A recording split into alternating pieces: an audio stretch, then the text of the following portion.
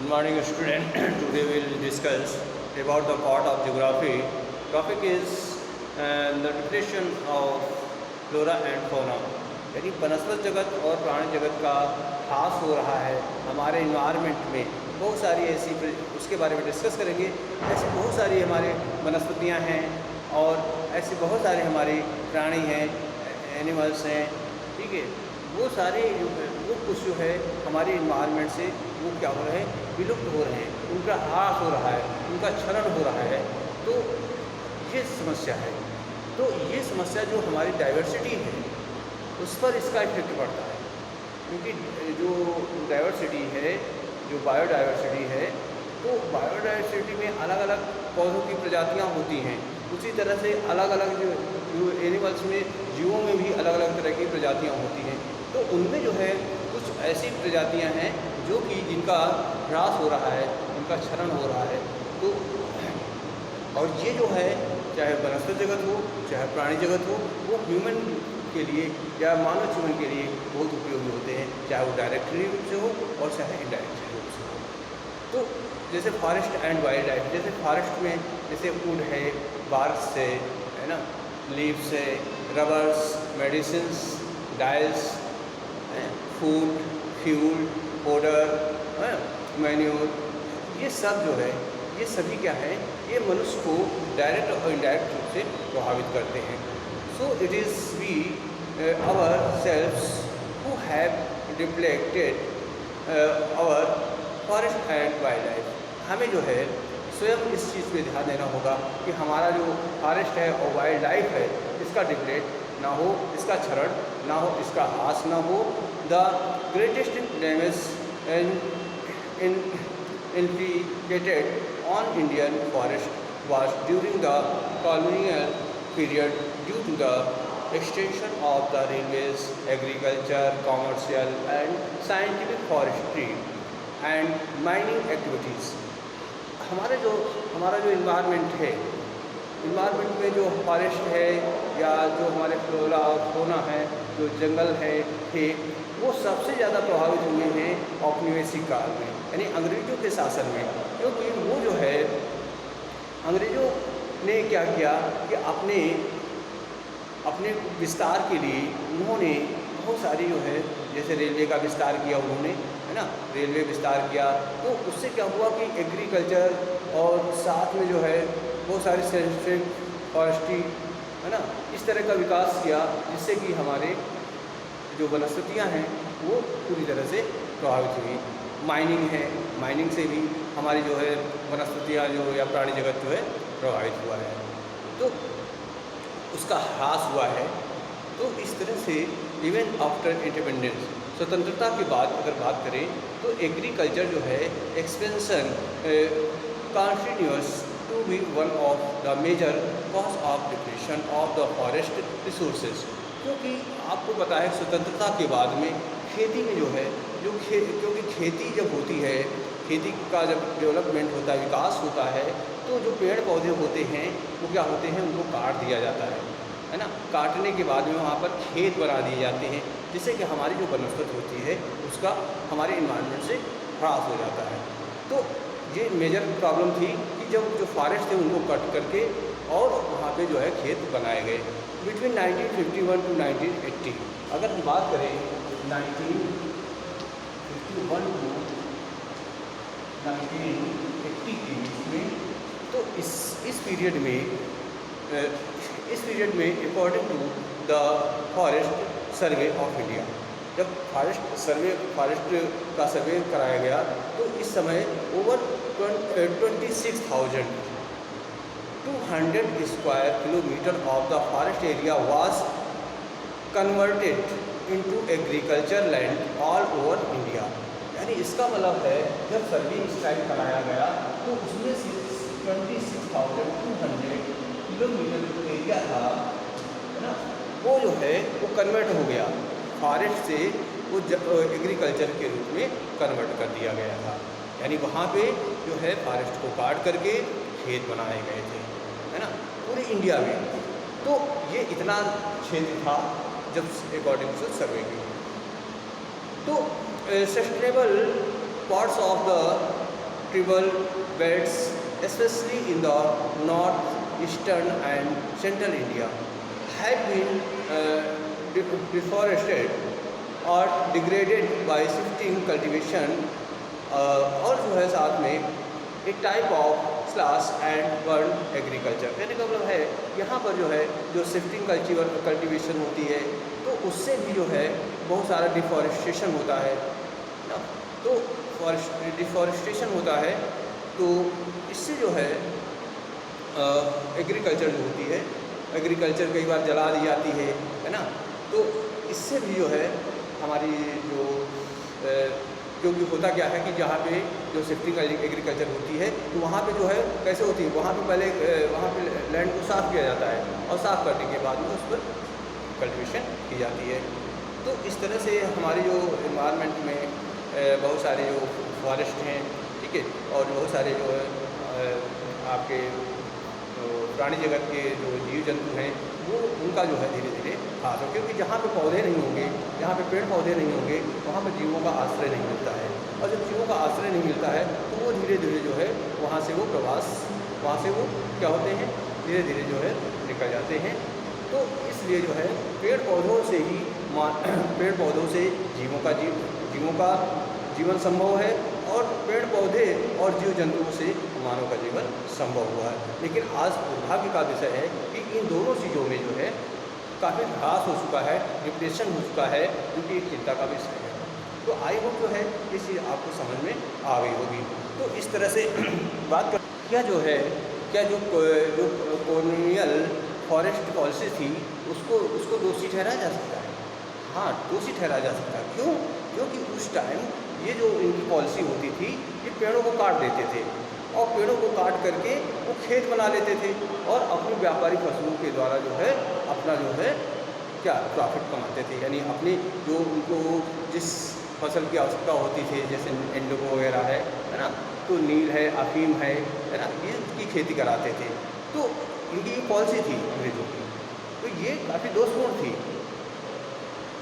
Some of our environments activities still say that the promotion of a few favored species in many parts of India has been carried large-scale development projects have also contributed significantly to the loss of forest। कहने का मतलब है कि जो इनकी policy थी अंग्रेजों की ये काफ़ी हानिकारक थी, क्योंकि ये करते क्या थे कि पेड़ों को सफा करा देते थे, पेड़ों को कटवा देते थे, जंगलों को, और जंगलों पे खेती कराते थे।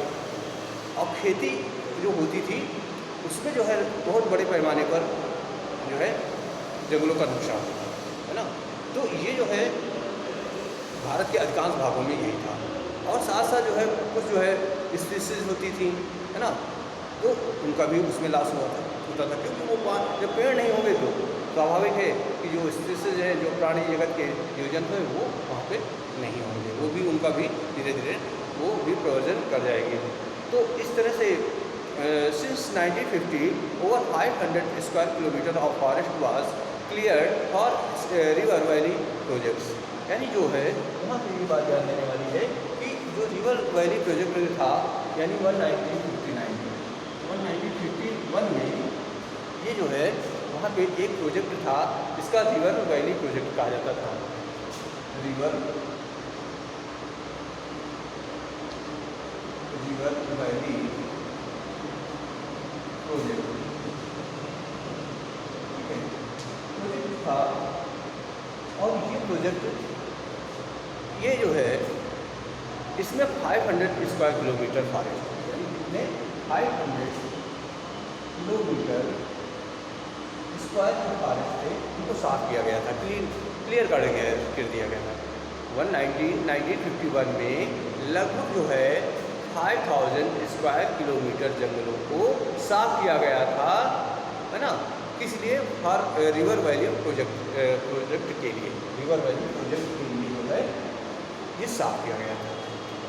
Clearing of forest is still continuing with projects like the Narmada Sagar project in Madhya Pradesh. तो और ये यहीं तक सीमित नहीं रहा, साथ साथ ये कंटिन्यू प्रोसेस चलता रहा। इसी में जो है नर्मदा सागर जो प्रोजेक्ट था मध्य प्रदेश में, है ना, उसके लिए भी यही किया गया था। वहाँ पर भी फॉरेस्ट को साफ किया गया था। कौन सा रिवर था, मतलब कौन सा प्रोजेक्ट था, उस प्रोजेक्ट नाम ना था नर्मदा सागर प्रोजेक्ट। नर्मदा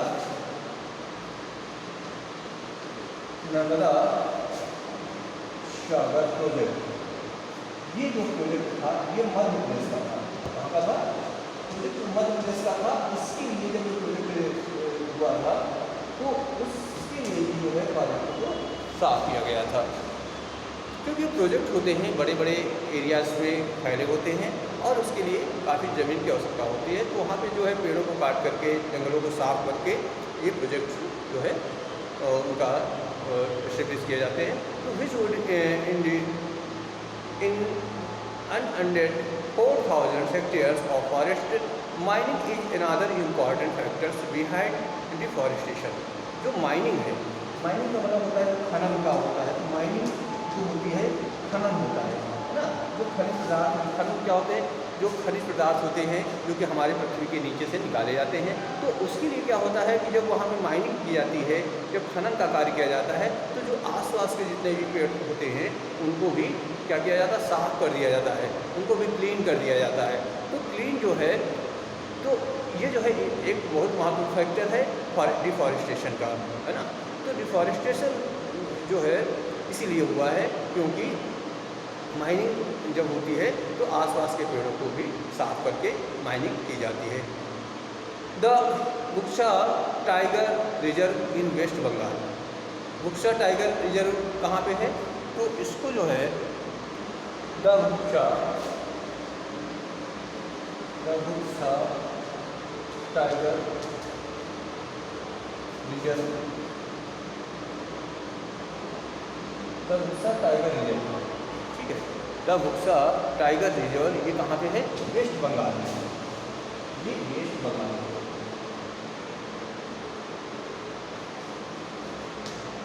ये कहाँ पे है? ये वेस्ट बंगाल में ये है। कौन सा? बुक्सा टाइगर रिजर्व, ठीक है।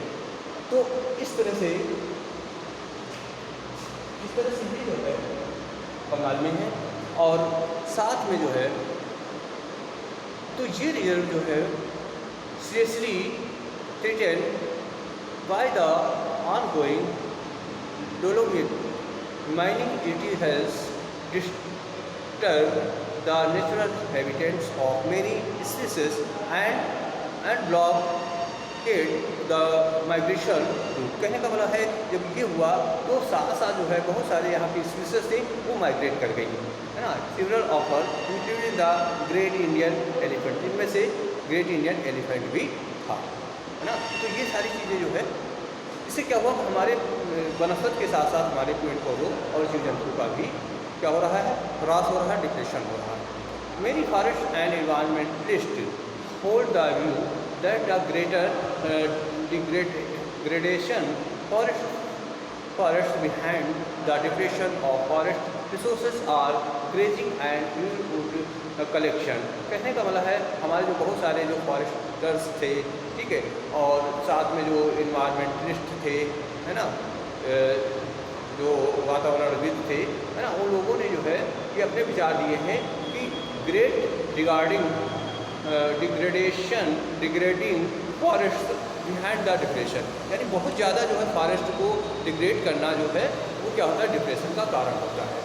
इससे क्या होता है, जो फॉरेस्ट रिसोर्सेज होते हैं, है ना, वो धीरे धीरे क्या होते हैं, डिप्रेड हो जाते हैं। और साथ साथ जो ग्रेजिंग होती है, साथ में फील्ड वुड, है ना, कलेक्शन किया जाता है, तो उससे भी जो है ये समस्या क्रिएट होती है। तो they may be some substance in their agreement at the fact remain that is sustainable cost of the fuel holder demands is met by looking rather than my parent entire place. The forest ecosystems are repositories of some of the country's most available forest products. Minerals had other resources that meet the demands of the rapidly expanding industrial urban economy. कहने का मतलब है जो minerals हैं उनका जो है जो रिसोर्सेज हैं, मिनरल रिसोर्सेज हैं, उनका जो ज़्यादा से ज़्यादा जो है डिमांड की जाती है, बहुत तेज़ी से इनकी डिमांड बढ़ रही है। और विशेषता इंडियन जो इंडस्ट्रियल अर्बन इकोनॉमी थी, एरियाज थे, उनमें जो है तो these products areas this mean different things to different people. यानी हर जो व्यक्ति होता है, इसका मतलब है जो डिफरेंट थिंग्स होती है वो डिफरेंट लोगों के लिए अलग अलग मायने रखती है। तो there is lies the better ground of country. और इसका कारण क्या है कि ये जो है एक रूप ले लेता है विवाद का, कि हर व्यक्ति की नीड अलग अलग होती है, ठीक है। और उस नीड का परिणाम क्या होता है कि वो अब एक तरह से कंफ्लिक्ट का रूप धारण कर लेती है। तो इस तरह से मैंने देखा कि किस तरह से जो है हमारी जो इन्वायरमेंट है उसमें जो है किस तरह से जो फ्लोरा और फौना है उसका डिप्रेशन हो रहा है, और ये जो कि एक चिंता का विषय है। तो इसी के साथ में और बात करते हैं, तो जिस तरह से जब फॉरेस्ट का डिस्ट्रक्शन होता है, डिस्ट्रक्शन फॉरेस्ट का होता है, फॉरेस्ट का जो जंगलों का विनाश होता है, तो उससे क्या होता है कि उसका जो प्रभाव होता है वो हमारी कल्चर डाइवर्सिटी में पड़ता है ना, हमारी सांस्कृतिक विविधता में पड़ता है। क्योंकि हमारे इन्वायरमेंट में फॉरेस्ट नहीं होते हैं, उनका डिप्रेशन हो जाता है, उनका जो है डिफॉरेस्टेशन हो जाता है, डिस्ट्रक्शन कर दिया जाता है। तो उससे क्या होता है कि इससे जो है हमारी कल्चर डाइवर्सिटी पे भी इसका प्रभाव होता है। जैसे बात करते हैं अगर हिमालयन व्यू इन ट्रबल, क्योंकि आपको चिंता का विषय है, क्योंकि चिंता का विषय है कि जो हिमालय है वो भी क्या है, क्योंकि आपको पता है जो हिमालय हमारा है वहाँ पे पर्याप्त मात्रा में बहुत अधिक, ठीक है, बायोडाइवर्सिटी है, बहुत अधिक जैव विविधता है, बहुत सारे तरह के जो यहाँ पे पेड़ पौधे हैं और तरह तरह के जो जंतु हैं, ठीक है। और जो है जो कि एक चिंता का विषय है, क्यों? क्योंकि इसका जो है इसका डिप्रेशन हो रहा है। तो Himalayas yew is a medicinal plants found in various parts of the Himachal Pradesh. जैसे हिमाचल प्रदेश है, अरुणाचल प्रदेश है, यहाँ पे क्या है, यहाँ पे हिमालय वाला जो क्षेत्र है, ठीक है, उसमें हिमाचल प्रदेश और जो अरुणाचल प्रदेश है वाला क्षेत्र है, यहाँ पे ऐसे ऐसे प्लांट्स होते हैं जो मेडिसिन के लिए बहुत ही अच्छे माने जाते हैं, बहुत अच्छे जो मेडिसिन प्लांट्स होते हैं ये, ठीक है। और a chemical compounds called taxol. Taxol is the extracted from the bark, needles twigs and roots of these trees, and it has been successfully an habitat destruction or hunting, poaching or exploitation, environment pollution। कहने का मतलब है कि ये यहाँ पे बहुत सारी जो हिमालय है, यहाँ का जो वनस्पतिक वातावरण है वो केमिकल कंपोनेंट्स के कारण, ठीक है, इसमें से टेक्सोल है वो निकलता रहता है ना, और साथ में बहुत सारी ऐसी जो जहरीली चीज़ें होती हैं, ठीक है, जो हमारे इन्वायरमेंट को क्या कर रही होती हैं, पैल्यूटेट कर रही होती हैं, है ना। उससे क्या होता है कि जो उनके हैबिटेट्स होते हैं, उनके आवास होते हैं, जो जीव जंतुओं के आवास होते हैं, उनको जो है क्या कर रहे हैं, और साथ साथ हंटिंग के कारण भी वहाँ पे जीव जंतु जो है वो वहाँ से क्या हो रहे हैं, विलुप्त हो रहे हैं, भाग गए हैं, है ना। तो कहने का मतलब यह है कि जो हिमालय वाला क्षेत्र है बायोडाइवर्सिटी में बहुत है, लेकिन उसका जो है प्रभाव जो है हमारे हिमालय पे भी पड़ रहा है ना। बहुत सारा पॉल्यूशन है ना, और इस पॉल्यूशन के कारण जो है यहाँ पे फॉरेस्ट फायर है ना, फॉरेस्ट फायर भी की जाती है, आग जो है आग जला दी जाती है ना, जंगलों को जला करके साफ कर दिया जाता है। तो which had lead to the decline in Indian biocities. इससे क्या होता है कि इससे ये होता है कि जो इंडियन की बायोडाइवर्सिटी है, इंडियन जो भारतीय जैव विविधता है उसका धीरे धीरे ये क्या हो रहा है, डिक्लाइन हो रहा है, उसका पतन हो रहा है। Other important cause of environmental destruction are unequal access, inequitable है ना, conception of resources and differential sharing of responsibilities for environment well being. और दूसरे बहुत सारे कारण हैं जो कि हमारे इन्वायरमेंट को जो है वो, क्योंकि अनइक्वल एक्सेस यानी अनइक्वल तरह से उसका असमान तरह से जो है उसका यूज़ किया जा रहा है ना, अनइक्वल तरह से उनका उपभोग किया जा रहा है जो हमारे रिसोर्सेज हैं, है ना। और साथ में जो अलग अलग तरह से इन्वायरमेंट को जो है प्रभावित किया जा रहा है। तो over population in third world countries is often cited as the cause of environment degradation. जैसे आपने देखा जो थर्ड वर्ल्ड के देश होते हैं, थर्ड वर्ल्ड कंट्रीज होती हैं जिसमें ऑस्ट्रेलिया वगैरह आते हैं, है ना, तो ये ऐसे देश होते हैं जो बहुत गरीब होते हैं, है ना, वहाँ पर भी ओवर पॉपुलेशन जो है मेन कारण है, जो कि इन्वायरमेंट डिग्रेडेशन का, है ना। जो थर्ड वर्ल्ड के जो देश होते हैं जैसे ऑस्ट्रेलिया है ना, ऑस्ट्रेलिया और ऑस्ट्रेलिया के साथ साथ जो लगे हुए आसपास का जो क्षेत्र है ना, वो सारा जो होता है आता है इसी में। तो इस तरह से जो है इन एवरेज अमेरिकन कंज्यूमर्स को 40 times more resources than an average Somalian, यानी जो है अमेरिका क्या करता है, अमेरिका जो है सोमालियन की तुलना में 80 टाइम्स जो है रिसोर्सेज का अधिक यूज करता है, यानी 40 टाइम 40 बार 40 से अधिक, है ना, अधिक यूज़ करता है अमेरिका। यानी जैसे सोमालिया है देशों में क्या होता है कि वो रिसोर्सेज का यूज़ करता है, लेकिन जो अमेरिका है वो अमेरिका जो है 40 टाइम्स अधिक उसका यूज़ करता है ना। तो इस तरह से इतनी तो richest similarly the richest 5% of Indian society probably cost more ecological damage. लगभग जो है 5% जो इंडियन सोसाइटी है वो उसकी जो है मेनली समस्या यही समस्या है, इकोलॉजिकल डैमेज की समस्या है, क्योंकि इससे अमाउंट जो होता है अमाउंट दे कंज्यूम देम, इस तरह से जो है वो कहने का मतलब है कि हमारा जो है एनवायरनमेंट है इन सब चीज़ों से काफ़ी ज़्यादा प्रभावित हो रहा है। तो आई होप जो है ये चीज़ आपको समझ में आ गई हो। इस तरह आज का होमवर्क है राइट, क्वेश्चन नंबर 1 है right about the Himalayan in trouble, यानी जो हमारा हिमालय है उसकी जैव विविधता जो है वो संकट में है, ठीक है, इसके बारे में आप देखेंगे। इसके पश्चात दूसरा क्वेश्चन है what are the cause of depression of flora and fauna, जो आपका प्राणी जगत है और वनस्पति जगत है ये जो है इसका डिप्रेशन हो रहा है, इसका जो है ह्रास हो रहा है, इसके बारे में लिखना है। इसके पश्चात तीसरा क्वेश्चन है what is the biodiversity, biodiversity क्या है, जैव विविधता क्या है, इसके बारे में लिखेंगे। इसी अगला है मानव जीवन के लिए जैव विविधता क्यों महत्वपूर्ण है ना। तो ये जो है why is biodiversity important human life, ठीक है। तो आई होप जो है तीनों क्वेश्चन के आंसर आपको लिखने हैं और समझ में भी आ गए होंगे। तो अपना जो है होमवर्क करेंगे और होमवर्क जो है सेंड जरूर करेंगे। सभी बच्चे होमवर्क जरूर सेंड कर दिया करें।